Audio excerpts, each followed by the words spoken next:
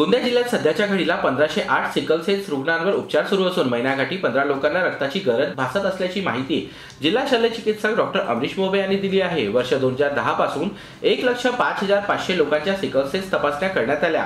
यात 15,275 वाहक तर 1508 सिकल सेल ग्रस्त रुग्ण आढळून आले असून या सर्व रुग्णांना मोफत औषध उपचार व रक्तपुरवठा तसेच समुपदेशन आरोग्य विभागाच्या वतीने करण्यात येत आहे।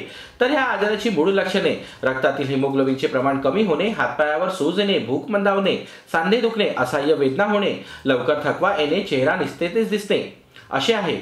ॲक्च्युली सिकल सेल जो आजार आहे हा रक्तसंबंधितला आजार आहे। याच्यामध्ये जे त्यांचे RBC असतात त्यांचा शेप जो आहे तो सिकल सारखा होतो, त्याच्यामुळे त्याला आपण सिकल सेल डिसीज म्हणतो। त्याच्यामध्ये दोन प्रकार असतात, वाहक म्हणजे ज्याला आपण AS पॅटर्न म्हणतो ते आपल्याकडे 15,275 आहेत आणि SS पॅटर्न म्हणजे ज्याला आपण ग्रस्त म्हणतो त्याला 1508 आहेत। तर त्याच्यामध्ये कसं राहते, जे ग्रस्त राहतात त्यांना वारंवार रक्ताची गरज पडू शकते आणि त्यांना बाकीच्या त्रास जो राहते तो पण होत राहते। तसंच जे आपले वाहक असतात त्यांना सिकल सेलचे वेगवेगळे क्रायसिस राहतात। 4 प्रकारचे मेजर क्रायसिस राहतात।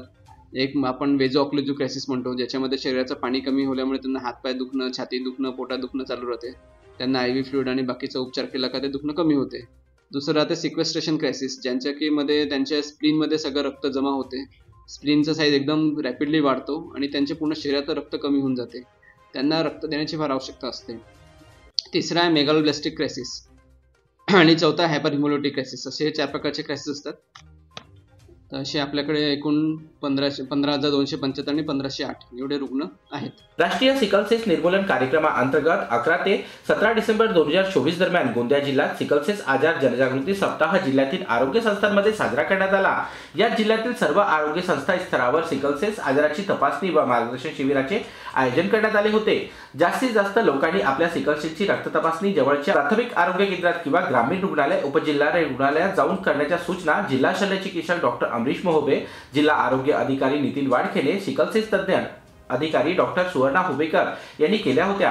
तर सिकल सेल आजार हा अनुवांशिक असून आई वडिलांपासून अपत्याने होतो, त्यामुळे सिकल सेल रुग्णांनी काय काळजी घ्यावी याची माहिती डॉक्टर अमरीश मोबे यांनी दिली आहे।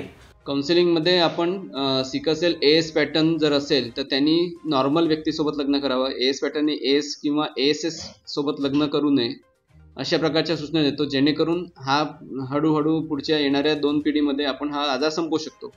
कारण नॉर्मल व्यक्तीशी नॉर्मल व्यक्तीचं लग्न झालं तर सिकल सेलचा आजार होत नाही, पण नॉर्मल व्यक्तीचं AS पॅटर्न सोबत झालं तर फक्त 25% चान्स असतो की त्याला सिकल सेलचा AS पॅटर्न होईल, 50% चान्स असतो का तो नॉर्मल होईल, 75% चान्स असतो का तो नॉर्मल होईल, त्याला प्रॉब्लेम होणार नाही। पण AS पॅटर्ननी जर SS सोबत केला तर 50% ASचा चान्स असतो, 25% SS पॅटर्नचा चान्स असतो आणि 25% नॉर्मल होण्याचा असतो।